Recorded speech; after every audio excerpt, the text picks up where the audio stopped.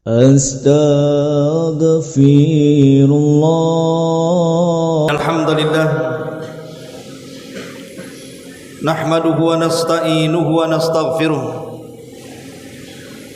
Wa na'udzu billahi min syururi anfusina wa sayyiati a'malina. May yahdihillahu fala mudilla lahu wa man yudlil fala hadiya lahu.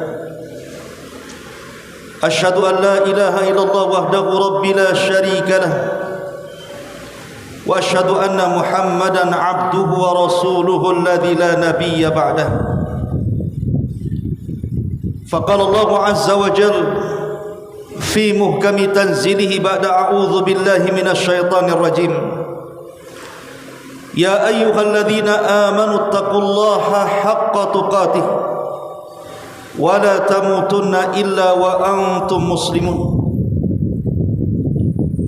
Ya ayyuhan nasu taqu rabbakumul ladzi khalaqakum min nafsin wahidah wa khalaqa minha zawjaha wa batha minhuma rijalan katsiran wa nisaa wattaqullaha alladzi tasaaluna bihi wal arham innallaha kana 'alaikum raqiba.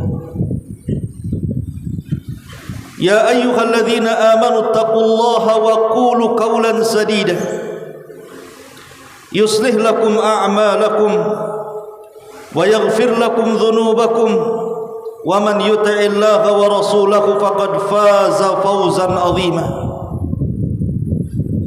Amma ba'du fa inna asdaqal hadithi kitabullah wa khairal huda huda Muhammadin sallallahu alaihi wasallam wa syarrul umuri muhdatsatuha wa kullu muhdatsatin bid'ah wa kullu bid'atin dhalalah wa kullu dhalalatin finnar. Ajaranillah wa iyyakum minal bid'i wadh dhalalati wan nar. Ma'asyiral muslimin, usikum wa nafsi bitaqwallah. Fa usalli wa usallimu ala sayyidina Muhammadin wa ala alihi wa sahbihi ajmain. Ma'asyiral muslimin, jamaah sidang Jumat yang dimuliakan Allah Subhanahu wa taala. Allah Subhanahu wa taala berfirman di dalam Al-Qur'anul Karim, "Qul bi fadlillahi wa bi rahmatihi fabidzalika falyafrahu huwa khairun mimma yajma'un." Katakanlah ya Muhammad, karena karunia dan keutamaan yang Allah Azza wa Jal berikan kepada dirimu, maka berbahagialah. Itu lebih baik daripada dunia yang kalian kumpulkan. Ma'asyiral muslimin, sidang jamaah Jumat yang dimuliakan Allah Subhanahu wa taala, kita sekarang berada di bulan Rabiul Awal.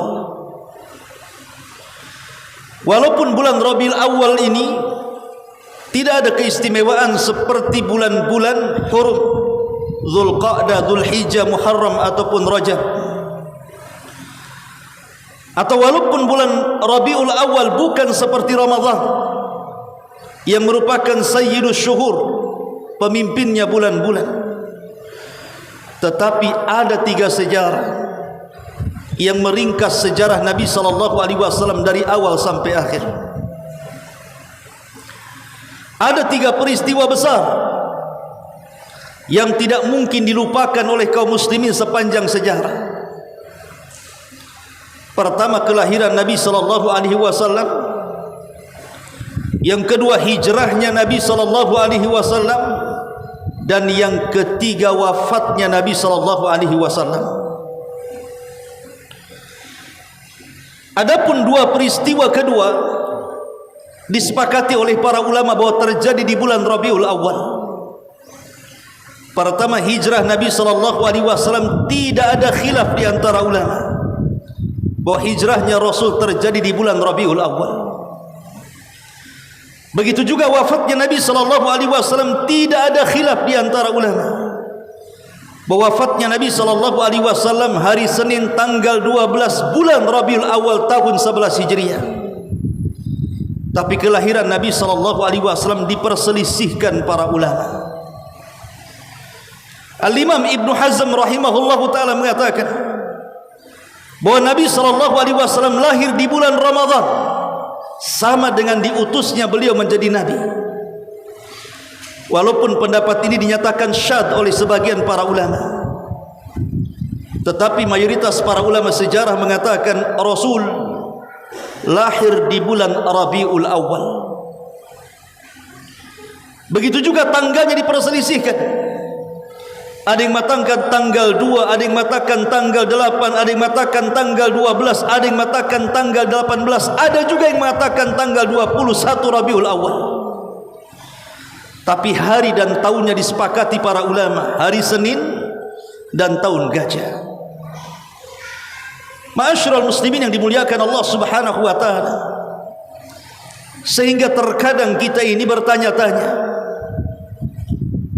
ketika ada orang yang memperingati kelahiran Nabi sallallahu alaihi wasallam, bukankah ini bertepatan dengan kematian Nabi sallallahu alaihi wasallam? Sehingga sulit kita membedakan apakah Anda sedang merayakan kelahirannya ataukah Anda sedang merayakan kematiannya. Kalau seandainya Anda sedang merayakan kematiannya, tentu kita sedang bersedih. Tapi di satu sisi, rata-rata orang yang merayakan perayaan di bulan Rabiul Awal, mereka sedang senang hati. Ma'asyiral muslimin yang dimuliakan Allah Subhanahu wa taala, setiap kita melewati bulan Rabiul Awal, tentu kita selalu diingatkan dengan peristiwa 3 sejarah yang sangat populer dalam sejarah ini. Dan banyak kemudian para ustaz dan asatidz yang mereka mulai kemudian membicarakan tentang sejarah Nabi. Dahulu di zaman Nabi SAW ada seorang sahabat namanya Sa'ad bin Abi Waqqas radhiyallahu anhu. Dia mengatakan, nahnu nu'allim ghazawatan Nabi kama nu'allim abna'ana al-Quran. Kami mengajarkan kepada anak-anak kami tentang peperangan di zaman Nabi, di mana para sahabat menceritakan kepada anak-anak mereka bagaimana di zaman Rasul ada perang Badar, ada perang Uhud, ada perang Hunain dan perang-perang yang lainnya. Sebagaimana kami juga mengajarkan anak-anak kami Al-Quran. Artinya mempelajari sejarah itu sangat penting sekali. Salah satu hikmahnya supaya kita mengenal asbab nuzul daripada Al-Quranul Karim. Ma'asyiral muslimin sidang jamaah Jumat yang dimuliakan Allah Subhanahu wa taala, lalu apa faedah dari 3 peristiwa ini? Pertama, tentu kelahiran Nabi sallallahu alaihi wasallam. Ini nikmat yang paling besar yang Allah anugerahkan kepada kita. Kalau bukan Allah Subhanahu wa taala mengutus Nabi kita Muhammad sallallahu alaihi wasallam, tentu kita selamanya tidak mampu mengenal siapa Tuhan kita dan bagaimana cara menyembahnya. Tetapi dengan diutusnya Nabi sallallahu alaihi wasallam, akhirnya kita kenal siapa Tuhan kita dan bagaimana cara menyembahnya. Ma'asyiral muslimin, jamaah sidang Jumat yang dimuliakan Allah Subhanahu wa taala. Dan di antara nikmat juga yang merupakan nikmat yang agung sekali adalah ketika Allah mengutus kepada kita seorang utusan. Allah tidak mengutus kepada kita utusan untuk manusia ini dari kalangan malaikat ataupun dari kalangan jin yang tidak mungkin kita tiru. Tapi Allah Subhanahu wa taala mengutus kepada kita seorang rasul dari jenis kita. Laqad ja'akum rasulun min anfusikum azizun 'alaihi ma 'anittum harisun 'alaikum bil mu'minina raufur rahim. Telah datang kepada kalian seorang rasul dari jenis kalian. Ketika Nabi SAW yang diutus kepada kita sama jenisnya dengan manusia, Bahkan Rasul sendiri yang mengatakan, "Qul innama ana basyarum mislukum." Katakan ya Muhammad, saya adalah manusia sama dengan kalian. Sehingga kita dimudahkan untuk menirunya. Karena dia manusia sama dengan kita, kita bisa menirunya. Bagaimana cara dia makan, bagaimana cara dia minum, bagaimana cara dia berjalan, bagaimana cara dia berumah tangga, bagaimana cara bertetangga, bagaimana cara dia berakhlak, bermuamalah, bagaimana akidah dan juga ibadahnya. Semua kita bisa tiru. Anda bayangkan kalau seandainya Nabi yang diutus kepada kita adalah malaikat, bagaimana cara menirunya? Ataupun Rasul yang diutus kepada kita dari bangsa jin, macam mana pula kemudian kita menirunya? Dan ini nikmat yang harus kita syukuri. Fabi ni'mati rabbika fahaddits. Maka tentu dengan nikmat yang Allah anugerahkan kepada kita, ceritakan nikmat itu. Lah salah satunya menceritakan sejarah Nabi SAW. Kemudian yang kedua, tentang hijrahnya Nabi SAW. Banyak pelajaran yang kita akan petik dalam hijrah ini. Di dalam hijrah ini terdapat pengorbanan para sahabat Rasul yang menjadi qudwah bagi kita semuanya. Dengan hijrah ini mengubah tatanan kehidupan kaum muslimin yang tadinya tertindas akhirnya merdeka, yang tadinya tidak punya negara akhirnya punya negara, yang tadinya Islam sempit untuk disebar akhirnya Islam meluas dan menyebar. Dan ini nikmat dari Allah Subhanahu wa taala yang Allah anugerahkan dengan adanya hijrah ini. Makanya hijrah ini momen yang luar biasa. Sampai-sampai Nabi SAW salah satu ketika memberikan syarat untuk menjadi imam untuk salat. Apa kata Rasul? Fa'aqdamuhum hijratan. Siapa yang lebih dulu di antara mereka hijrah, silahkan menjadi imam. Menunjukkan hijrah ini peristiwa besar. Makanya Umar ibn Khattab radhiyallahu anhu menjadikan momen hijrah ini dijadikan penanggalan dalam Islam pertama kali. Yang kemudian keluar almanak Hijriyah, 1 Hijriyah, 2 Hijriyah, dan begitu seterusnya. Kalau memang momen ini tidak penting dalam sejarah, tentu Umar bin Khattab tidak akan mengambil untuk dijadikan almanak Islam. Oleh karena itulah maka pelajari hijrah Nabi SAW, maka kita akan dapat banyak keistimewaan di dalamnya. Kemudian yang terakhir, tentu wafatnya Nabi SAW. Anas ibn Malik radhiyallahu anhu mengatakan, dahulu saat Rasul datang ke Madinah, Madinah menjadi bercahaya. Tapi saat Nabi SAW meninggal, maka Madinah menjadi gelap gulita. Ya, karena dia datang untuk mengeluarkan manusia dari kegelapan menuju cahaya. Dulu Nabi SAW diutus kepada umat yang jahiliyah, jahil terhadap akidah, jahil tidak menahu soal siapa sesembahan mereka dan bagaimana cara menyembahnya. Rasul diutus kepada umat yang rusak akhlaknya, rusak muamalahnya. Akhirnya dengan kedatangan Nabi SAW memperbaiki semuanya. Bukan hanya diutus kepada orang Arab secara khusus, tapi Nabi SAW diutus kepada seantero dunia, manusia dan jinnya. Dan Allah mengatakan, inna arsalnaka illa rahmatan lil alamin. Sesungguhnya kami utus engkau wahai Muhammad kecuali dijadikan rahmat bagi alam semesta ini. Ma'asyiral muslimin, jamaah sidang Jumat yang dimuliakan Allah Subhanahu wa taala. 7 hari sebelum wafatnya Nabi SAW, Nabi SAW mengajak para sahabatnya untuk berziarah ke kuburan syuhada Uhud. Maka berangkatlah Rasul dan para sahabatnya. Sesampainya di kuburan syuhada Uhud, Nabi SAW mengucapkan salam kepada mereka dan mengatakan, assalamu alaikum ya syuhada Uhud, inna nahnu bikumul lahikun, nas'alullah wa lakumul afiyah insyaallah. Kemudian Nabi SAW pulang dari syuhada Uhud Seolah-olah Rasul ingin mengatakan kepada para sahabatnya, kalau bukan karena Allah kemudian mereka para syuhada Uhud, tentu kalian tidak akan seperti ini.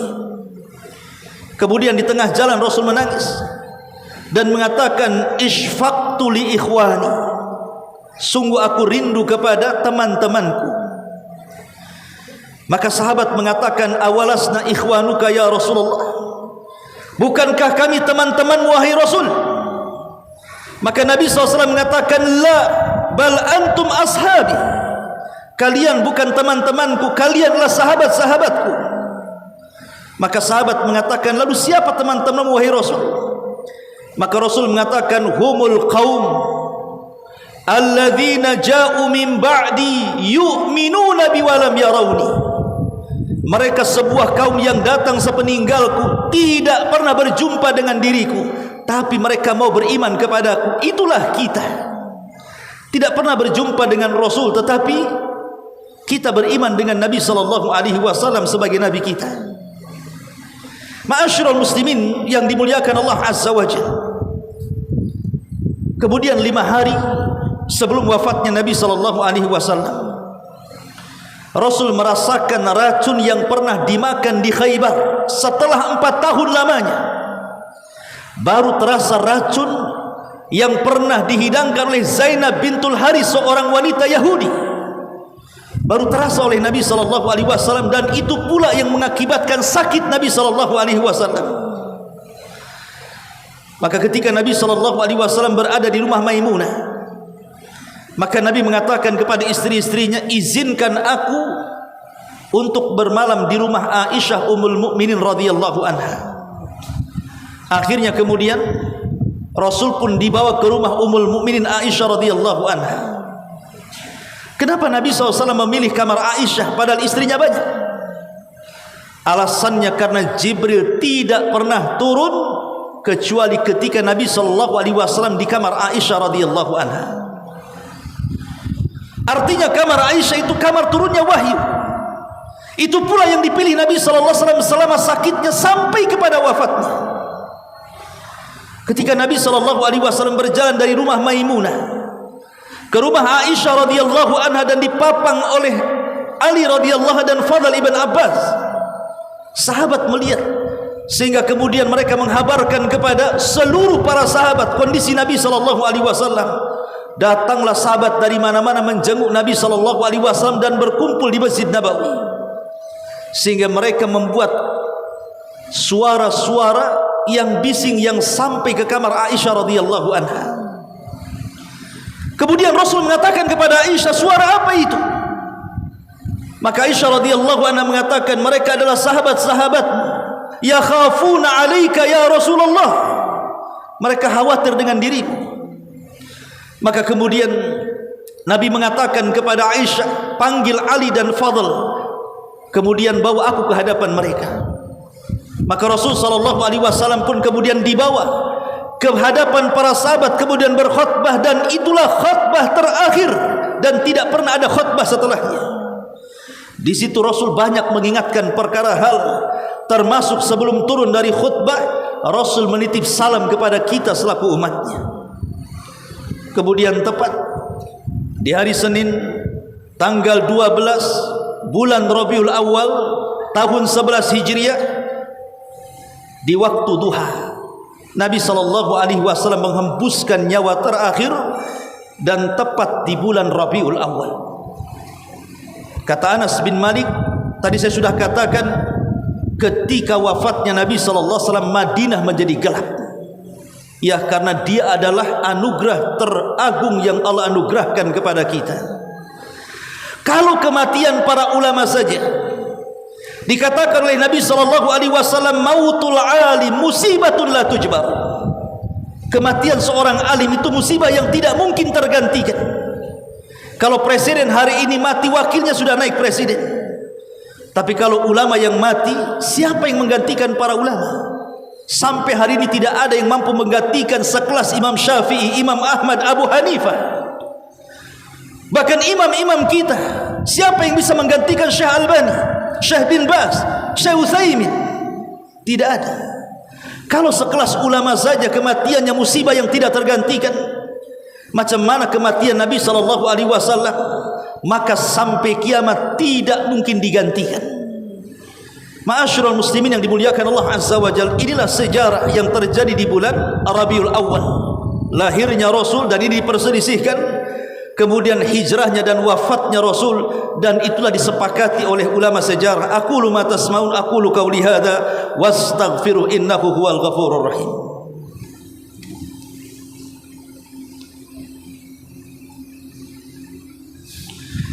Bihamdillahi wassalatu wassalamu ala Rasulillah wa ala alihi wa sahbihi wa mawalah wa la hawla wa la quwwata illa billahi wa ba'd. Ma'asyiral muslimin, sidang jamaah Jumat yang dimuliakan Allah Subhanahu wa taala. Tentu momen bulan Rabiul Awal adalah momen untuk memupukkan rasa cinta kita kepada Nabi sallallahu alaihi wasallam. Bagaimana kita tidak cinta Nabi sallallahu alaihi wasallam?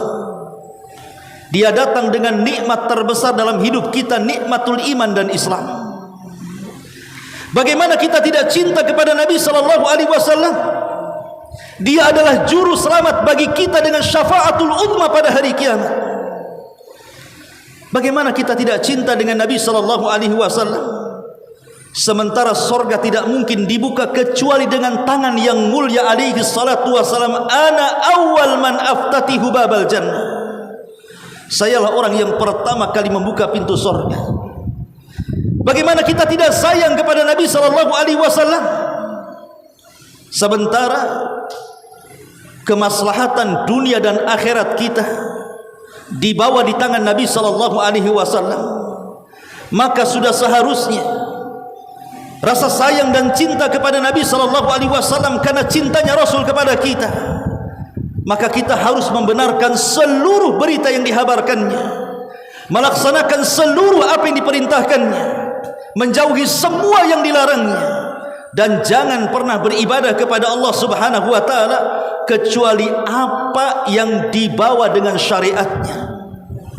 Itulah makna daripada asyhadu anna Muhammadan abduhu wa rasuluh. Innallaha wa malaikatahu yusalluna 'alan nabi. Ya ayyuhalladzina amanu sallu 'alaihi wa sallimu taslima. Allahumma ighfir lil muslimina wal muslimat wal mu'minina wal mu'minat al ahya'i minhum wal amwat innahu qaribun mujibu da'wa ya qadiyal haja. Allahumma arinal haqqa haqqan warzuqna ittiba'ah wa arinal batila batila warzuqna ijtinabah. Allahumma waffiqna ila sunnatin nabi sallallahu alaihi wasallam. Allahumma wafiqna ila sunnati Rasulillah sallallahu alaihi wasallam. Allahumma wafiqna ila siratikal mustaqim. Allahumma inna nas'alukal jannah wa ma qarraba ilaiha min qawli wa amal, wa na'udzubika min sakhatika wan nar. Allahumma nas'alukal huda wat tuqa wal afaf wal ghina. Rabbana la tuzigh qulubana ba'da idh hadaitana wa hab lana min ladunka rahmatan innaka antal wahhab. Rabbana atina fid dunya hasanah wa fil akhirati hasanah wa qina adzabannar. Wa sallallahu ala sayyidina Muhammadin wa ala alihi wa sahbihi ajmain. Ibadallah qumu lis salatil jum'ah rahimakumullah.